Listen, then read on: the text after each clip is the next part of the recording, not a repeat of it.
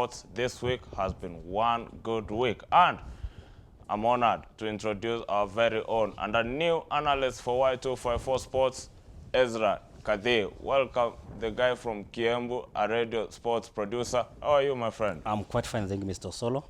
Doing well, ready to ramble and rock. You are ready for Kenya versus Tunisia from the way you are dressed. Are we good to go? No doubt about that. Tomorrow will be a big day tomorrow at the Rugby Football North African grounds, and we are rooting for our home team, the Simba. I'm so much optimistic that they will definitely carry the day. Before we discuss about Kenya versus Tunisia, you were in Embu for the Embu Sevens. How was that event? I did not manage to get there. The event was well organized, although there were some hiccups due to the unavailability of the stadium. A day earlier, there was a political rally in the stadium, so more about the logistics to do with the politics and the sports. They were a bit hampered, but the organizers did a very good job in reorganizing and strategizing very fast. The tournament kicked off very well, but the Rocco team didn't do so well, the Embu Rugby Football Club. Everyone was rooting for it, but the Samurai team, which was led by Humphrey Kayange, carried the day.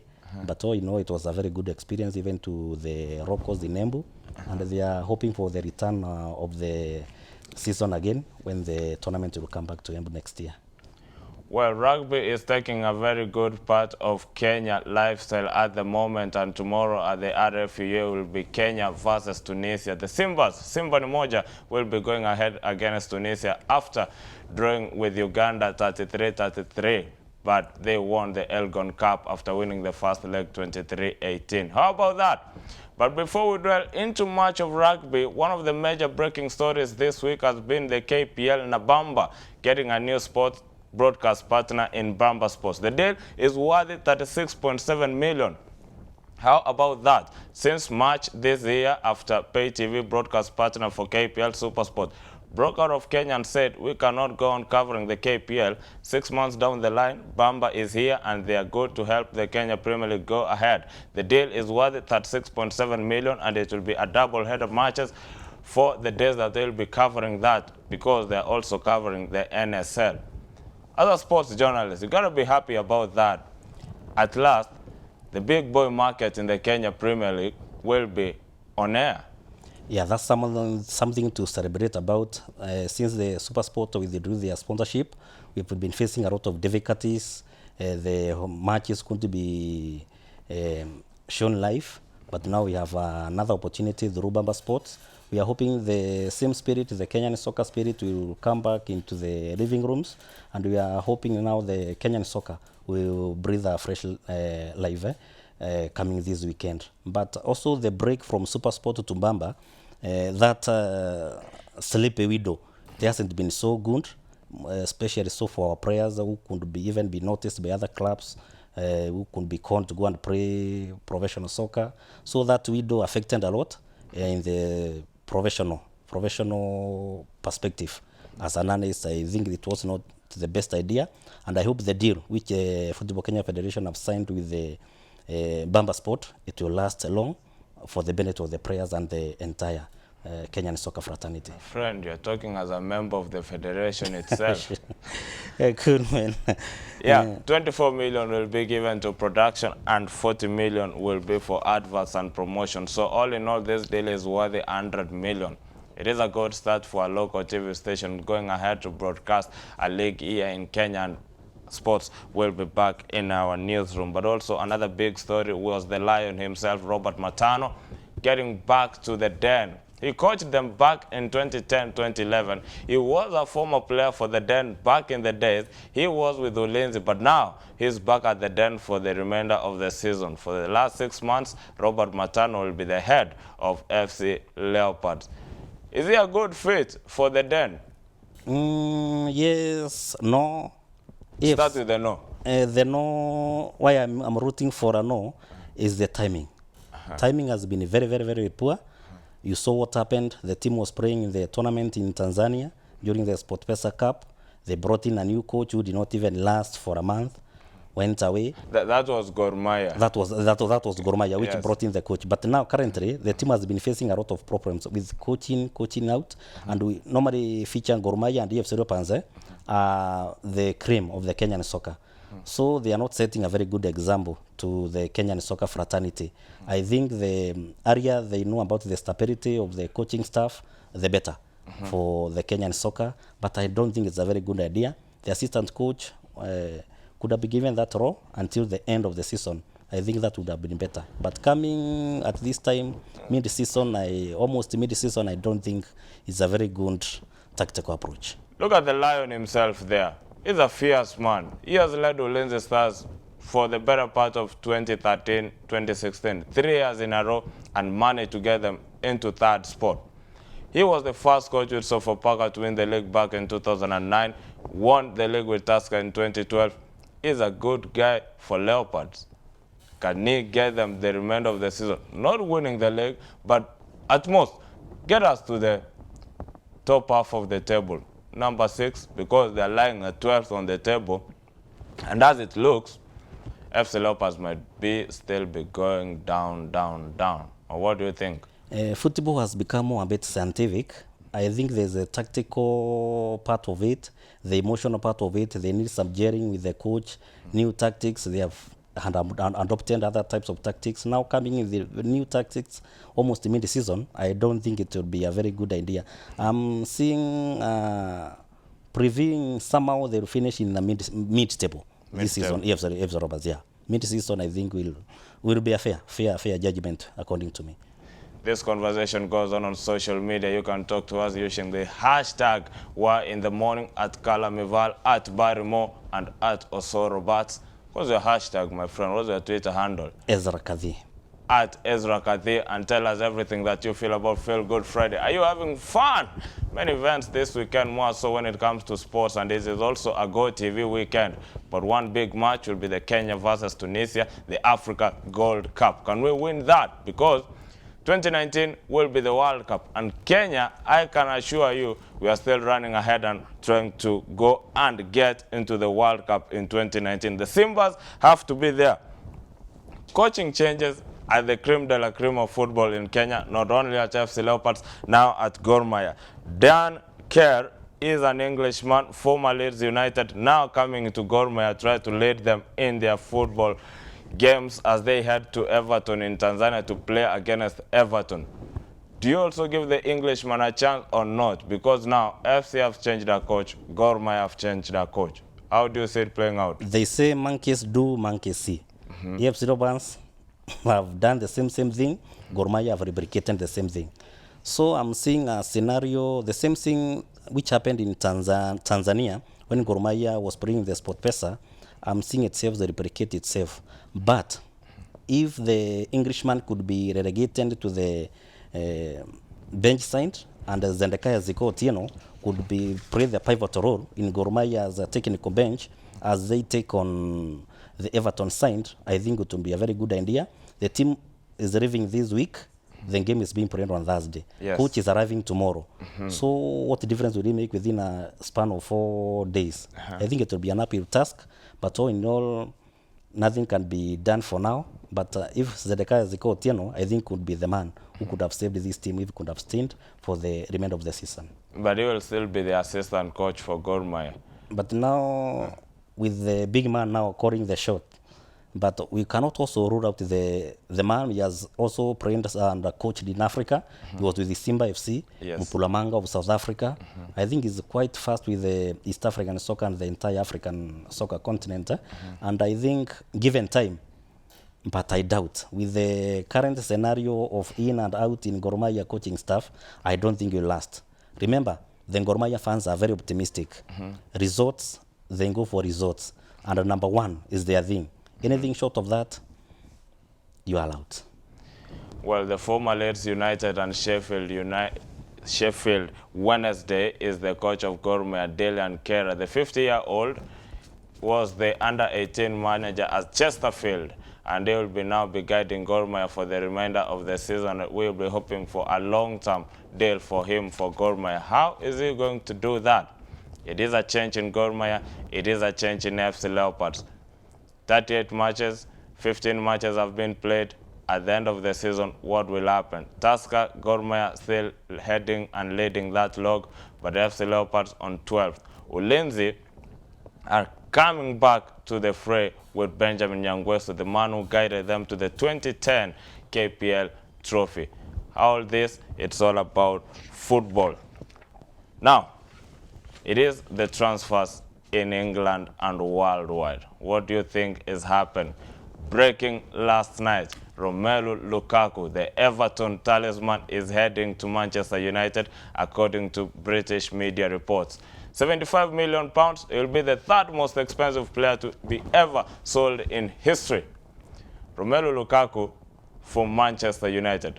One story I read was, will he be a flop for United or will he succeed? Because he has not scored against top sides in England. The best he has done was against Liverpool, 1 goal, 2 goals against Man City, and he has never scored against Arsenal and Man United in top clashes. Is it going to work for United or not? I think the scenarios are different, and remember he's coming into a very familiar ground. He's reuniting with Jose Mourinho. In 2014, the guy was signed by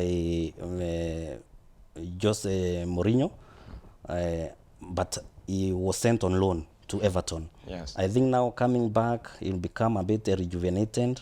He'll be meeting a very good side, filling the gaps of Zlatan Ibrahimovic, although it will be an uphill task. But I think the guy has all the guts to put the team where it belongs. I think Manchester United will be the team to watch this season.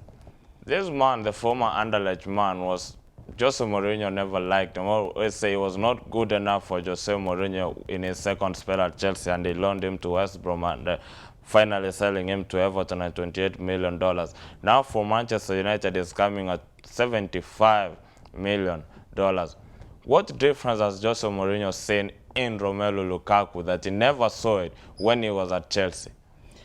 I think Lukaku was a second option to Jose Mourinho. Remember, he had a great interest with Real Madrid, Alvaro Morata, but the deal flopped because Real Madrid was asking for a very high signing fee. Now that he knows the task which is ahead of him, I think he'll work extra hand to go and fill the shoes and also embrace Jose Mourinho. Remember, Mourinho is working day in out to make sure that he lives with the team this weekend as they fly for the summer training season. And I think once given the chance, the acclimatization, the chemistry, it works well with other strikers in the Manchester United team. I think Manchester United striking force will be one of the big things to watch this season. I gotta put you on the spot. Which team do you support in England? In England, I normally go for Arsenal, but my big bet is in Spain, where I root for Barcelona. Thank you for bringing back Arsenal into this conversation. Alexander Lacazette was signed for a record club signing fee of $46.5 million for Arsenal. How will it work out, the former Olympic Lyon man now heading to Arsenal? Are you happy, first of all, on getting Lacazette on that front line? I'm happy about that, but most of the times, most of the Arsenal fans, they promise a lot, especially the team, but they prove during the hour of need. We've seen big signings like Alexis Sanchez, Mesut Ozil. When they came into the team, we had very high expectations. We thought that we are carrying the trophy, but when the season comes to an end, the same story, trophyless. So I don't think I read much in Lacazette coming into the Emirates, but I think Arsenal will improve. This season, they are not in the Champions League. They will be playing the second tier Europa League. But I think next season, they could finish among the top 3. Hector Bellerin is in contract talks with Arsene Wenger to see if he can get a contract signing for Arsenal. He's a very good and key player for Arsenal. Mesut Ozil has decided that he might stay this season.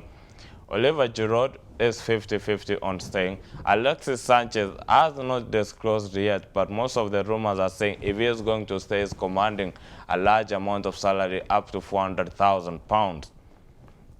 If those kind of players stay, with the addition of Alexander Lacazette and any other player that Wenger can bring into the forte of Arsenal, will it be a good engine going forward? Because the Europa League is another tough assignment Compare that to you will now be playing on Thursday, and also you'll be playing on Sunday. For the first time in many years, I think Arsene Wenger has done something different from the usual. We've been used to him signing younger players with no experience. Now with the coming of such guys like Kathii, we are hoping things could change, and if we can be able to convince the likes of Mesut Ozil, Alex Sanchez to stay in the team, I think the team can be able to rebound. And if they win the Europa League this season, I think it will be a big booster, and it will motivate them to do better this coming season. But the most undoing thing for Arsenal too is their fans. Last season, they were becoming so much unperturbed by the behavior of Mr. Arsene Wenger. They were calling for him to go. And I think if they can be able to give them their faith in totality, have hope in the team, I think fans, plus the technical bench and the new players who are coming, they can carry Arsenal to do good things this season. Finally, before we leave this set, most of the rumors are happening in Europe. Which kind of rumor do you think will materialize and happen before the close of the transfer window come August? We saw Wayne Rooney moving from Manchester United probably to his youngsters team, the Everton. I think it's one thing, probably we could be seeing Wayne Rooney going to Everton. Olivier Giroud, I'm 50-50. I don't think whether he'll be leaving Arsenal, but now with the team not playing in the Champions League, anything can happen. Every big player wants to play in the Champions League. Now Arsenal being out, I don't think most of the players are motivated to stay in the Arsenal team. So I think most of the things will be happening within the course of the week. And when the season transfer crosses, I think big things would have happened. But for now, I think Romelu Lukaku, Kathii are the big thing to happen this week in the English Premier League transfer window. On Saturday, will you be at RFUA for Kenya versus Tunisia, and are you giving the Simbas a chance? Definitely, I'm rooting for the Simbas to do well. Remember, they have dented hopes after being held 33-33 by Uganda Cranes in the first match. Currently, Uganda lead the tables, and I think Kenya will have to be at their best. And thanks to the return of the captain, we say Wilson Kopondo, will be taking the captain's armband from Brian Ngikuri. I'm seeing the team will do better. The team announced yesterday by Coach Patuota. I think it's a very good sign. If they hold on tactically, the weather will be favoring them. Remember, the Tunisia is an Arab team. They come from a very dry area. They are not acclimatized to the high altitude here in Nairobi. And I'm thinking if they can be able to hold their mettle, do minimal mistakes, I think the Simbas will soar high. And I have high belief that the Kenyan Simba will do wonders tomorrow. And I urge all the Kenyan fans to throng the rugby football reserving grounds so that we can cheer our team to victory, because Simba ni moja. I want to thank you, Ezekiel, for coming on board here to talk to us on Why in the Morning, Spotlight on Sports, as we discuss football and the entire sports fraternity. Really appreciate it very much. That is it from us here on Y254 Spotlight on Sports. Remember, tomorrow, 12 to 2, will be the touchline. Don't forget, we'll be discussing in detail on the Kenya versus Tunisia before the match at 4 p.m. We had a chance to talk to former Kenya Rugby Union coach Felix Toti Ochieng, and he'll be giving us much of the analysis on how that team looks like. Leo Seje will be one of the new debutants, and he'll be there to try and play with Wilson Kopondo, who is a ball carrier and back into the team. Joshua Chisanga, the Newcastle Falcons man, will be starting also in that match. Freestyle Friday goes on with Barrymore and Calamival here on Y254 in the morning. Enjoy the best of your breakfast and also enjoy the best of entertainment from Y254. You can also listen to Ezekiel every Monday to Friday on Kiembu FM here on KBC, and have a chance to hear your best sports in your local Embu language from 5 a.m. to 10 p.m. For Robert Osoro, tomorrow, 12 p.m. to 2 p.m., the touchline will be there to give you everything in sports. One best interview you don't want to miss out is two-time NBA champion and power forward James Michael, who was in Kenya, and basketball will be a big event. But also, the World Under 18 will be starting on 12th to the 16th next week. That is from Wednesday to Sunday. Don't forget to follow that match. Our mother channel, KBC Channel 1, is the host broadcaster, and all those events will be coming to you live here on Y254 and also at KBC Channel 1. Don't forget, some teams have started to arrive. Poland is already in town. Some teams have even one player for one event, but we are ready to go, and Kenya is ready to host the last edition of the IAAF Under-18 Championships. Robert Osoro for Y254 in the morning. Good morning.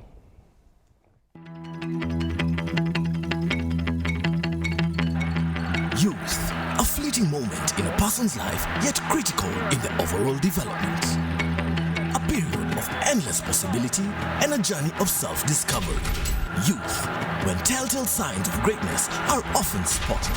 Hence, the IAAF World Under-18 Championships, the great pool from whence future stars arise. 9-1 is shown on the clock, a full tenth of a second. And for the first and last time, they come to our shores, right here at the cradle of mankind and the home of champions, Nairobi, Kenya.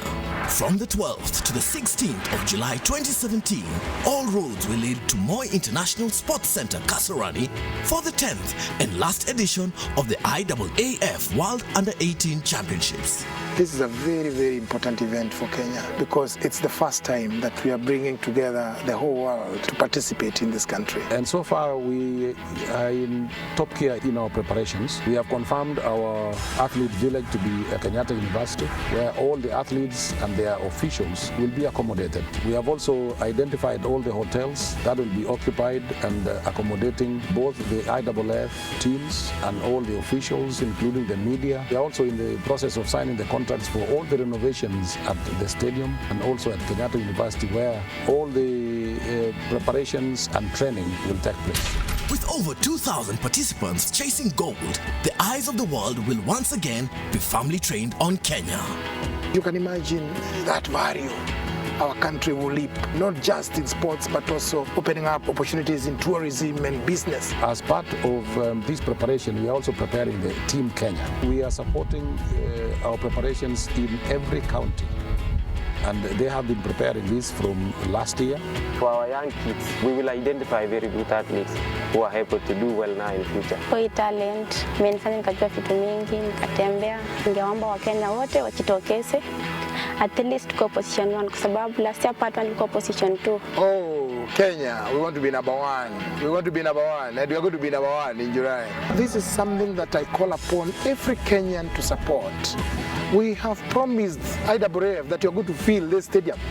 The capacity of this stadium is 60,000. We want 60,000 people to come and support our team. And we want to see a huge celebration of Kenya sports inside this stadium come July. We are putting in a lot of work, and we are not doing it for ourselves. We are doing it for our country, and we want to make Kenyans proud. We want Kenyans to know that together we can achieve whatever we want to achieve.